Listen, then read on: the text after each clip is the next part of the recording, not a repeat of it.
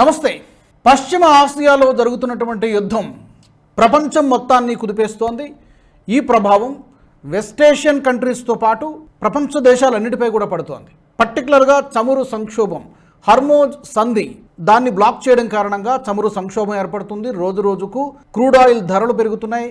LPG gas ధర కూడా పెరుగుతోంది, కొరత ఏర్పడుతోంది. పర్టికులర్గా ఈ ప్రభావం భారత్పై కూడా పడుతోంది. ప్రధాన నగరాల్లో ముంబై, బెంగళూరు, ఢిల్లీ లాంటి నగరాల్లో ఇప్పటికే గ్యాస్ కొరతతో, ఎల్పిజి గ్యాస్ కొరతతో చాలా వరకు రెస్టారెంట్లు, హోటళ్లు మూతపడుతున్నాయి. 50% వరకు కూడా కొన్ని వేల కోట్ల రూపాయల నష్టం జరుగుతోంది. దీనికి సంబంధించి భారత ప్రభుత్వం రంగంలోకి దిగింది. మంత్రి హర్దీప్ సింగ్ పూరి కూడా చెప్పారు, మన దగ్గర సరిపడా నిల్వలు ఉన్నాయని చెబుతూ ఉన్నారు. బట్ గ్రౌండ్ రియాలిటీ ఎలా ఉంది? ఈ యుద్ధం మరింత కాలం కొనసాగితే భారత్పై ప్రభావం ఎలా ఉండేటువంటి అవకాశం ఉంది?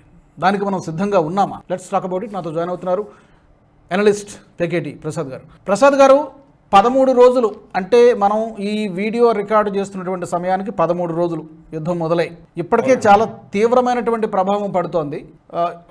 యాజ్ ఆఫ్ నో సిచ్యువేషన్ ఎలా ఉంది? కేంద్ర మంత్రి గారు స్టేట్మెంట్ కూడా ఇచ్చారు ఈరోజు పార్లమెంట్లో. అంటే రాజుగారు, మనకి ఇప్పుడు లాస్ట్ 2 days నుంచి ప్రెస్ ఇన్ఫర్మేషన్ బ్యూరో దగ్గర నుంచి మనకి అప్డేట్లు వస్తున్నాయండి. అంటే గవర్నమెంట్ కూడా దీని తీవ్రత అర్థం చేసుకుని, అలాగే మనకి ఎల్పిజి క్రైసిస్ అని న్యూస్లో రావడము, లేకపోతే సోషల్ మీడియాలో రావడం చేత దీని తీవ్రత తెలుసుకున్న ప్రభుత్వము ముందు నుంచి ప్రిపేర్ అయినప్పటికీ కమ్యూనికేషన్ విషయంలో ఇంకా ఇప్పుడు ప్రొయాక్టివ్గా అయ్యారు. అంటే మనకి యాక్చువల్లీ చెప్పాలంటే 70% ఇప్పటి వరకు చమురు మనం ఏదైతే మనం బయట నుంచి తెచ్చుకుంటున్నామో దాంట్లో ఇప్పుడు ఆ స్ట్రైట్ ఆఫ్ హర్మూజ్ కాకుండా మనము వేరే ప్రాంతం నుంచి మనం అరేంజ్మెంట్లు చేసుకున్నామండి. సో అలాగే ఇంకోటి, మనం 60% ఆఫ్ ఎల్పిజి మనం ఏదైతే ఉందో కన్జంప్షన్, ఈ వీటిని కూడా దాంట్లో కూడా ఒక 90% వరకు ఈ స్ట్రైట్ ఆఫ్ హర్మూజ్ నుంచే వస్తుంది. అంటే మనకి ఎల్పిజి మనం ఇంపోర్ట్ చేసుకున్న 60% మనకు కావాల్సిన అవసరం ఎంత అయితే ఉంటుందో దాంట్లో 40% మనకి ఇండియాలో చేసుకున్నప్పటికీ 60% ఆఫ్ ఎల్పిజి మనం ఏం చేస్తున్నాం అంటే ఈ స్ట్రైట్ ఆఫ్ బయట దేశాన్ని తెచ్చుకుంటున్నాం. దాంట్లో కూడా 90% స్ట్రైట్ ఆఫ్ హర్మూజ్ లో ఉంది. సో అందు గురించి ఇది ఇంపాక్ట్ మనకు అవుతుంది. అయితే దాన్ని హ్యాండిల్ చేయడానికి మనకి ఇక్కడ లోకల్ మన భారతదేశంలోనే ప్రొడక్షన్ ని 25% పెంచారండి. సో అలా మనకి ఇంకా ఈ ఇరాన్ వాళ్ళతో కూడా మనకి స్పెషల్ పర్మిషన్లు వచ్చేటట్టు అవన్నీ కూడా ప్రయత్నాలు చేస్తున్నారు. కొన్ని మనకి బహుశా ఫారెన్ ఎక్స్టర్నల్ అఫైర్స్ మినిస్టర్ గారు కూడా స్టేట్మెంట్ ఇవ్వడం జరిగింది. సో అలా కానీ మన ప్రయారిటీ నెంబర్ 1 వచ్చేసరికి యాజ్ ఆఫ్ టుడే మన వాళ్ళు, భారతీయ సంతతికి చెందిన వాళ్ళు 1 కోటి మంది ఎవరైతే ఉన్నారో గల్ఫ్ దేశాల్లో వాళ్ళని కాపాడుకోవడమే అది మన ప్రయారిటీ నెంబర్ 1 అండి. అలాగే మనకి గవర్నమెంట్ ఆఫ్ ఇండియా స్టేట్స్ కి, యూనియన్ టెరిటరీస్ కి ఈ బ్లాక్ మార్కెటింగ్ లేకపోతే ఈ ఫేక్ న్యూస్లు, హోర్డింగ్లు ఎవరైతే చేస్తున్నారో వాళ్ళ మీద కఠిన చర్యలు తీసుకోవాలని వాళ్ళు స్టేట్మెంట్ ఇవ్వడం జరిగిందండి. ఇప్పుడు యాక్చువల్లీ మనం ఇంకా డీటెయిల్స్ లోకి వెళ్తే అండి, మన ఎస్మా యాక్ట్ కూడా ఒక 2 రోజుల క్రిందట మనల్ని బయటికి తీసుకొచ్చారు. ఎసెన్షియల్ కమోడిటీస్ యాక్ట్ ఉంటుంది కదా, ఎస్మా. సో దాన్ని కూడా మన వాళ్ళు దానికి ఇచ్చారు.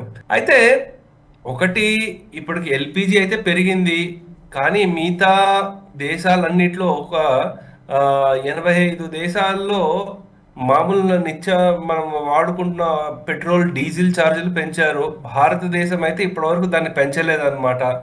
సో అందు గురించి దాన్ని ఒక గవర్నమెంట్ కూడా వెయిట్ అండ్ వాచ్ అనే పాలసీలో ఉన్నట్టు మనం చూడొచ్చు. ఇంకా మనకి ఏంటంటే ఇంకా గవర్నమెంట్ ఏమేమి చెయ్యొచ్చు అన్న అంశాలు కూడా మనం ఇంకా ఇన్ డెప్త్ లో మనం చూడొచ్చండి. దాని గురించి ఇది అట్లీస్ట్ పెద్ద రిస్క్ ఏవైతే ఉంటుంది, ఒక ఇంకో 2 నెలలు అయితే ఏమవుతుంది, 6 నెలలు అయితే ఏమవుతుంది అన్న అంశాలు ఇంకా ఇన్ డెప్త్ మనం వాటి గురించి కూడా చర్చించుకోవచ్చు. ఇవి నా ఓపెనింగ్ రిమార్క్స్ అండి. ప్రసాద్ గారు, అయితే 85 to 90% మనకి క్రూడ్ ఆయిల్ని మనము దిగుమతి చేసుకుంటున్నాం. అవునండి. ఈ నేపథ్యంలో మనం దిగుమతులపైన ఎక్కువగా ఆధారపడి ఉన్నాము. కాబట్టి మా కేంద్ర మంత్రి గారు చెప్తున్నది మన దగ్గర 75 రోజులకు సరిపడా నిల్వలు ఉన్నాయి. కాకపోతే అది ఎమర్జెన్సీ పర్పస్లో మాత్రమే వాడాలి. అది ఇప్పుడు వాడేసామంటే తర్వాత మళ్ళీ ఇబ్బంది పడాల్సినటువంటి పరిస్థితి వస్తుంది. ఇప్పుడు ఈ హర్మూజ్ వలన ఈ ఎఫెక్ట్ మనపైన ఎలా పడుతోంది, తర్వాత ఈ వస్తున్నటువంటి గ్యాస్ కొరతకు సంబంధించినటువంటి వస్తున్నటువంటి వార్తలన్నీ కూడా ఎగ్జాజరేటెడ్ న్యూస్ అనుకోవాలా, లేకపోతే అందులో ఎంతో కొంత ఫ్యాక్ట్స్ ఉన్నాయని మనం అనుకోవాలా? అంటే మనకి ప్రత్యేకించి ఎల్పిజి గ్యాస్ గురించి అంటే మనం చూసుకోవాల్సింది ఏంటంటే 30 కోట్ల ఎల్పిజి గ్యాస్ కనెక్షన్లు ఉన్నాయండి భారతదేశంలో. దాంట్లో మనకి ఏంటంటే డొమెస్టిక్ ప్రొడక్షన్స్ మనకి 15 మిలియన్ టన్స్ పర్ ఇయర్ మనం చేస్తుంటే, ఓవరాల్ మనకి ఇంపోర్ట్ చేసుకునేది కూడా ఒక 60, ఇంకా ఒక ఓవరాల్ కన్సంప్షన్ వచ్చేసరికి దానికి ఒక 30 మిలియన్ టన్స్ వరకు ఉన్నాయి. అందు గురించి ఏంటంటే ఈ విషయంలో వచ్చేసరికి మన వాళ్ళకి డిపెండెన్సీ కంపల్సరీ ఉందండి. సో దాని గురించి ఈ దీంట్లో మల్టిపుల్ యాంగిల్స్ ఉన్నాయి. ఒకటి ఏంటంటే ఈ కొరత ఎల్పిజి ఉందా లేదా, ఎందుకంటే మనకి పక్కాగా ఇన్ఫర్మేషన్, అథెంటిక్ ఇన్ఫర్మేషన్ లేనప్పుడు మనము ఊహాగానాలకి మనం ఎటువంటి ఇవి ఇవ్వకూడదు, స్కోప్ ఇవ్వకూడదు. అందు గురించి ఏంటంటే గవర్నమెంట్ మనకు చెప్తోంది ఏంటంటే మనకి ఆల్టర్నేటివ్స్ ఉన్నాయి ఎల్పిజికి, మీరు అంత కంగారు పడక్కర్లేదు అలా అని చెప్పి వాళ్ళు ఏం చెప్పారంటే మీరు పెద్ద పెద్ద క్యూలు అవన్నీ ఇవి చేయకూడదు అని చెప్తున్నారు.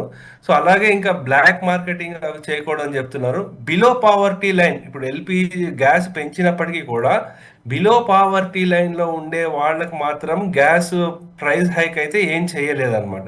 సో అందు గురించి ఏంటంటే నేను అనుకోవడము, సో దాంట్లో ఈ కొంచెం ఇంపాక్ట్ ఉన్నప్పటికీ కూడా మనము దీంట్లో కొన్ని పొలిటికల్ యాంగిల్స్ చూడాలి. కొన్ని ఏంటంటే ఈ మధ్య కాలంలో గత 15-20 రోజుల్లో ఈ కొన్ని రెస్టారెంట్లు జిఎస్టి ఎగరగొట్టడానికి ఒక జిఎస్టి స్కామ్ ఒకటి జరిగింది, 70,000 కోట్లని ఒకటి వస్తుంది. అలాగే దాని ఇంపాక్ట్ కూడా ఏమైనా ఉందా, దాన్ని యూజ్ చేసుకుంటున్నారా అని ఇంకోటి దాన్ని కూడా మనం ఆలోచించాలండి. అయితే కొంతమంది ఇక్కడ చూసుకోవాల్సింది ఏంటంటే ఇప్పటికిప్పుడు ఈవెన్ వామపక్షాన్ని సపోర్ట్ చేస్తున్నటువంటి హిందూ లాంటి సంస్థలో కూడా చీఫ్ బ్యూరో బిజినెస్ లైన్ కి వారు కూడా ఏమంటే నాకేం సమస్య రాలేదండి, నేను ఇట్లా గ్యాస్ కావాలని అప్లై చేశాను, విత్ ఇన్ 1.5 డే మాకు వచ్చేసింది అని చెప్తున్నారు. ఎక్కడ డిలే అవుతోంది ఏంటి అనేది మనం ఇంకా దాని గురించి చూడాలి. అయితే ఏమవుతోందంటే ఎవరైతే డొమెస్టిక్ గ్యాస్ ని రెస్టారెంట్లకి లేకపోతే కమర్షియల్ యూజ్ లకి వాడుతున్నారో వాళ్ళ మీద నిఘా బాగా పెరిగిందండి. అందు గురించి ఈ ఇంపాక్ట్ ఎలా ఉంటుందంటే రోడ్డు మీద చిన్న చిన్న దుకాణాలు పెట్టుకొని ఎవరైతే పెద్ద పెద్ద స్టాల్స్ అవన్నీ అమ్ముతూ ఉంటారో, ఎవరైతే డొమెస్టిక్ గ్యాస్ వాటిని వాడుతూ ఉంటారో వాళ్ళకి ఇది పెద్ద సమస్య అవుతుందండి. సో ఇది ఎల్పిజి గురించి. మనము యాక్చువల్లీ మనకి దీన్ని హ్యాండిల్ చేయడానికి గవర్నమెంట్ కూడా వివిధ రకాలుగా వాళ్ళు ప్రయత్నాలు చేస్తున్నప్పటికీ కూడా ఈ డిమాండ్ మేనేజ్మెంట్ వాటిలలో ఇంకా మనకి కమ్యూనికేషన్ ఇంకా క్లియర్ గా ఉంటే బాగుంటుందని నా ఉద్దేశం అండి.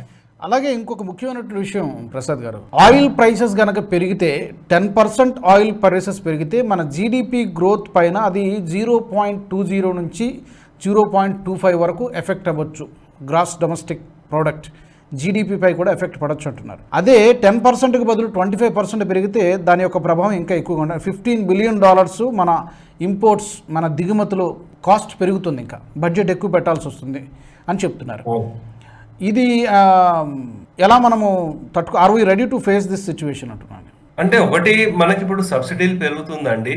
సో ఒకటేంటంటే ఈ మనకు ఉండే సబ్సిడీ యాక్చువల్ చెప్పాలంటే ఇప్పుడు పెరిగిన రేట్ల ప్రకారము 134 రూపాయలు పెరిగినట్టండి పర్ సిలిండర్కి. అయితే గవర్నమెంట్ ఏం చేసిందంటే 60 రూపాయలే పెంచింది, 74 రూపాయలు ఇంకా పెంచలేదు. అంటే ఆ సబ్సిడీని ఇంకా గవర్నమెంటే భరిస్తుంది అనమాట. సో దాంతో పాటు ఇంకా ఇప్పుడు మనం చూసుకుంటే అండి ఈ మన ఈ డాలర్కి డిమాండ్ కూడా బాగా పెరుగుతూ ఉంటుంది. ఎందుకంటే ఈ ట్రాన్సాక్షన్స్ అన్ని డాలర్స్లో జరుగుతూ ఉంటుంది కాబట్టి దాని ఇంపాక్ట్ ఇంకా ఉంటుంది. దాంతోపాటు కరెంట్ అకౌంట్ డెఫిషియట్ అంటారు, స్కాడ్ అంటారు. సో అది ఇంకా పెరిగే అవకాశం ఉంటుంది అంటారు. అంటే ఒక 40 to 50 బేసిస్ పాయింట్స్ పెరగచ్చు అని చెప్తున్నారు. ఇంకా యాక్చువల్లీ చెప్పాలంటే ఇండక్షన్ స్టవ్స్ కి వాటిలకి కూడా డిమాండ్ బాగా పెరగచ్చండి. సో ఈ విధంగా ఏంటంటే మనకి ఆర్థికంగా మనకి ప్రాబ్లంలు వస్తుంది. దాంతో పాటు మనకే కాదు, యాక్చువల్లీ యావత్ ప్రపంచానికి కూడా వస్తుంది. సో అందు గురించి ఇది ఏంటంటే ఈ యుద్ధం ఎంత త్వరగా అయితే అంత మంచిది అని అందరూ ప్రయత్నాలు చేస్తున్నారు రాజు గారు. అయితే రీసెంట్గానే మన ఎక్స్టర్నల్ అఫైర్స్ మినిస్టర్ జైశంకర్ గారు ఇరాన్ ఫారెన్ మినిస్టర్తో మాట్లాడారు. అబ్బాస్ అతనితో మాట్లాడడం జరిగింది. టెలిఫోన్ కన్వర్సేషన్ 2-3 సార్లు జరిగింది. అండ్ సాయంత్రం ప్రెస్ మీట్ కూడా జరిగింది. రణధీర్ జైస్వాల్ ఆయన ప్రెస్ మీట్ కూడా అఫీషియల్గా ఏర్పాటు చేసి చెప్పడం జరిగింది. 2 ఆయిల్ ట్యాంకర్స్ని వెసల్స్ని హర్మూజ్ జలసంధి దగ్గర రిలీజ్ చేశారు సేఫ్గా. దాంతోపాటు ఒక 2 రోజుల కిందట సౌదీ అరేబియాలో అనుకుంటే అక్కడి నుంచి బయలుదేరినటువంటి ఒక చాలా పెద్ద ఎత్తున, అది 1,00,000 టన్నులు ఎంతో చెప్తున్నారు, చాలా పెద్ద ఎత్తున చమురు నిల్వల గ్యాస్ కూడా ఉందని చెప్తున్నారు. అది ఇప్పటికే 2 రోజుల కిందట ముంబైకి చేరుకుందని చెప్తున్నారు. సో మనకి కొంత మినహాయింపు ఇచ్చారు. ఇరాన్ మనకి బాహాటంగా చెప్పకపోయినప్పటికీ కూడా, చైనాకి ఇచ్చినంత సపోర్ట్, అంత రిలాక్సేషన్ మనకి ఇవ్వనప్పటికీ కూడా మనకి ఒక 2-3 ఓడల్ని రిలీజ్ చేశారు సేఫ్గా. అంటే ఇది మన డిప్లొమసీ పని చేసిందని అనుకోవచ్చా? డెఫినెట్లీ డిప్లొమసీ పని చేసిందండి. అంటే మనము ఇంకొక అంశం ఇది ఎక్కడ చర్చించుకోవట్లేదు. ఏంటంటే వాళ్ళు మనకి చమురు పంపిస్తున్నప్పటికీ కూడా నిత్యావసర వస్తువులు అక్కడ చేరడానికి షార్టెస్ట్ రూట్ భారతదేశం నుంచే, కాబట్టి వాళ్ళకి అక్కడ కావాల్సినవి కూడా మనం వాళ్ళకి పంపిస్తున్నాం. అందు గురించి వాళ్ళు మనతో రిలేషన్, మనం ఇజ్రాయెల్తో ఎలా ఉన్నప్పటికీ కూడా వాళ్ళు ఇరాన్ వాళ్ళు భారతదేశంతో మంచి రిలేషన్ పెట్టుకుని తీరాల్సిందే. మనకి వాళ్ళ అవసరం ఎంత ఉందో వాళ్ళకి మన అవసరం అంత ఉంది అక్కడ. సో అందు గురించి డెఫినెట్లీ ఇది విన్ విన్ సిచ్యువేషన్ అవుతుంది ఇటువంటి సమయంలో. ఎందుకంటే వాళ్ళకి ఎంత యుద్ధం చేస్తున్నా సరే అక్కడ ప్రజలకి తిండి లేకపోవడం, నిత్యావసర వస్తువులు, మందులు ఇటువంటి లేకుండా సమస్యలతో వాళ్ళు కొట్టుమిట్టాడుతూ ఉంటే అంతర్గతంగా వాళ్ళకి పోరు మొదలవుతుంది. అందుగురించి అవి హ్యాండిల్ చేయడానికి వీళ్ళు వాళ్ళ ప్రయత్నాలు వాళ్ళు చేస్తున్నారండి. అండ్ ఇరాన్ థ్యాంక్స్ కూడా చెప్పింది ఈ మధ్యన. మీకు గుర్తుంటే కేరళ కొచ్చి తీరంలో ఐరిస్ 11 అనేటువంటి ఒక షిప్కి మీరు ఇక్కడ నిలుపుకోవచ్చు అని చెప్పి, మనం డాక్ చేసుకోవచ్చు అని చెప్పి మనం పర్మిషన్ ఇచ్చాము. దానికి ఇరాన్ థ్యాంక్స్ కూడా చెప్పింది. బహుశా దానికి కృతజ్ఞతగా ఈ 2-3 వాడల్ని కూడా వెసల్స్ని మనకి వాళ్ళు వదిలేసినట్టుగా ఉన్నారు. అవునండి.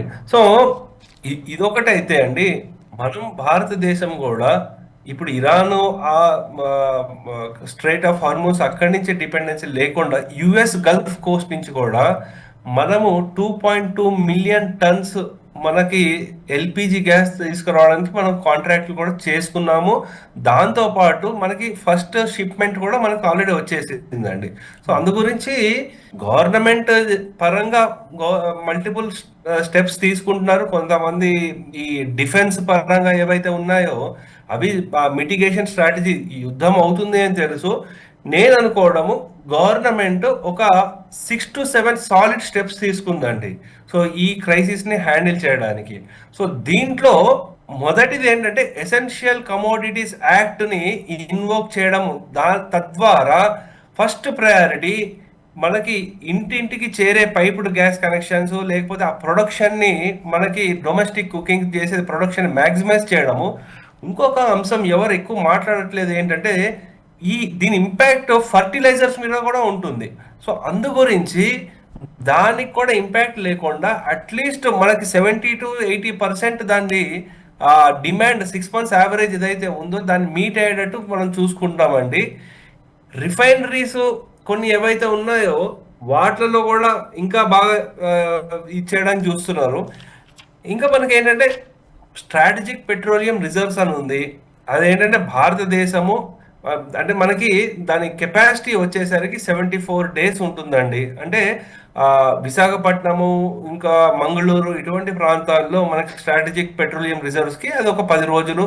మనకి రిఫైనరీస్ పైప్ లైన్లో ఉండే స్టాక్స్ అవి ఒక 25 days ఉంటుంది. అట్లాగే పెట్రోల్ డీజిల్ ఇన్వెంటరీ ఏవైతే ఉంటుందో అది 25 రోజులు ఉంటుందండి. అవన్నిటి కూడా ఇప్పటి వరకు యాజ్ ఆఫ్ టుడే 80% ఫిలప్ అయిపోయి ఉన్నాయి. సో అందు గురించి మనకి ఇంకా అవి ఇంకా మనం ఓపెన్ చేయలేదు మనం ఆ స్ట్రాటజిక్ రిజర్వ్స్. సో మనకి యాక్చువల్ ఏంటంటే ఇంటర్నేషనల్లీ ప్రెషర్ వచ్చింది, మీరు కూడా మీ స్ట్రాటజిక్ రిజర్వ్స్ మీరు ఓపెన్ చేయొచ్చు కదా అంటే, భారతదేశం ఏమందంటే ఈ క్రైసిస్ ని మేము సృష్టించలేదు, దాన్ని రెస్పాన్సిబిలిటీ ఆ క్రైసిస్ ని హ్యాండిల్ చేయాల్సింది మేము. అంటే మనము ఐఈఏ మెంబర్ ఇంకా కాదు మనం, అందు గురించి వాళ్ళు చెప్పినట్టు వినే ఆబ్లిగేషన్ కూడా మనకి లేదు. సో ఇంకా మనం ఏం చేస్తున్నామంటే రష్యా దగ్గర నుంచి ఇప్పుడు ఇంకా మనకి చమురు తెచ్చుకుంటాము, వెస్ట్ ఆఫ్రికా నుంచి ఉంది, యుఎస్ నుంచి, కెనడా నుంచి కూడా తెచ్చుకుంటామండి. సో అందు గురించి ఏంటంటే ఇదొకటి హ్యాండిల్ చేసుకుంటాం. ఇప్పుడు ఎల్పిజి గురించి చెప్పాము, ఇంటర్నల్ డొమెస్టిక్ మనకి ప్రొడక్షన్ ఏదైతే ఉందో దాన్ని ఇంకా పెంచాలని చూస్తున్నాము. దాంతో పాటు ఇంకా కొన్ని కండిషన్స్, గ్యాస్ రీబుకింగ్ చేసుకోవడం 25 days చేసుకోవచ్చు. అవును. తర్వాత ఇంకో ముఖ్యమైన విషయం ప్రసాద్ గారు, చివరిగా ఇప్పుడు ఈ అంశాన్ని హైలైట్ చేస్తూ ప్రతిపక్షాలు, పర్టికులర్గా కాంగ్రెస్ పార్టీ పార్లమెంట్ ఆవరణలో రాహుల్ గాంధీ వీళ్ళందరూ కూడా ఈ గ్యాస్ సిలిండర్లు పట్టుకోవడము, మోదీ సరెండర్ అయిపోయారని చెప్పి మళ్ళీ అదే పాత డైలాగ్ తీసి వాడడము, వీక్ ఫారెన్ పాలసీ మనది, మనం బలహీనంగా ఉన్నాం ఫారెన్ పాలసీ విషయంలో, ఎవరికో సరెండర్ అయిపోయినాం మనము, అమెరికాకో లేకపోతే ఇంకెవరికో సరెండర్ అయిపోయినామని చెప్పి చేస్తూ ఉన్నాయి. దీని మీద మీ కామెంట్ ఏంటి సార్? కేవలం పొలిటికల్ మైలేజ్ కోసం చేస్తున్నటువంటి మాటలేనా ఇవన్నీ కూడా, లేకపోతే ఏమన్నా మన ఫారెన్ పాలసీలో నిజంగా ఏమైనా మనం ఏమైనా మన అపోజిషన్ వాళ్ళు ఇజ్రాయెల్ అపోజిషన్ ని చూసి నేర్చుకోవాలండి. మనకి ఎప్పుడైనా ఏదైనా క్రైసిస్ వచ్చినప్పుడు గవర్నమెంట్ ని క్రిటిసైజ్ చేయకుండా మేము కలిసి పని చేస్తాము, ఇలా చేస్తే బాగుంటుందని చెప్పడం బాగుంటుంది. కానీ ఇప్పుడు ప్రతి ఒక్కళ్ళకి తెలిసి ఇది క్రైసిసే అని. సో అటువంటి సమయంలో నువ్వు గవర్నమెంట్ పోని, నువ్వు ఇప్పుడు ప్రైమ్ మినిస్టర్ అవ్వాలనుకుంటున్నావు కదా, 29లో కాకపోతే 34 లేకపోతే 2040లో అవ్వాలనుకుంటున్న వాడివి, ఇటువంటి క్రైసిస్ వచ్చినప్పుడు నువ్వు కలిసి పని చేస్తావా, లేకపోతే పని చేసిన వాళ్ళు ఇంకా చెడగొడతావా? సో అందు గురించి ఇంకోటి, మనము కాంగ్రెస్ హయాంలో ఎంతమంది గ్యాస్ కు ఉండేదండి ఈ ఎల్పిజి గ్యాస్ కనెక్షన్లు? నాకు తెలిసి 10 కోట్ల మంది కూడా ఉండేవి కావు. ఇప్పుడు 30 కోట్ల కనెక్షన్లు ఉన్నాయి. సో దాంట్లో కూడా గవర్నమెంట్ ఇప్పుడు ఏమి కండిషన్లు ఏం పెట్టలేదు. అప్పుడు వాడు సంవత్సరానికి మీరు 6 సిలిండర్ల కంటే ఎక్కువ ఎందుకు వాడతారు, 7 సిలిండర్ల కంటే ఎందుకు ఎక్కువ వాడతారు, ఇటువంటివన్నీ పెట్టారు. సో అటువంటివి ఏం లేదు కదా. ఇప్పుడు ఒకళ్ళ మీద అంటే మరి బీజేపీ ఎన్డీఏ గవర్నమెంట్ మీద వీళ్ళు చేసేవన్నీ తెలితే వాళ్ళు మొహం ఎక్కడ పెట్టుకుంటారండి. సో అందు గురించి ఇటువంటి క్రైసిస్ మూమెంట్ లో గవర్నమెంట్ కి మేము ఉన్నాము, అపోజిషన్ అయినప్పటికీ కూడా దీంతో మేము ఉన్నాము, మేము కూడా మనం పనిచేస్తాం, కలిసి పనిచేస్తామని ముందుకు వెళ్ళాలి. కానీ ఇటువంటివి చేయడం వల్ల వాళ్ళు జనాల దృష్టిలో ఇంకా కింద పడిపోతున్నారు, చీప్ అయిపోతున్నారు అంతే. కరెక్ట్. థ్యాంక్ యూ ప్రసాద్ గారు. మొత్తానికి ఈ క్రైసిస్ని ఎదుర్కోవడంలో భారత్ చాలా బ్యాలెన్స్డ్గా, సమర్థవంతంగా వ్యవహరిస్తుందని ఇప్పటి వరకు జరిగినటువంటి పరిస్థితి బట్టి మనకు అర్థమవుతోంది.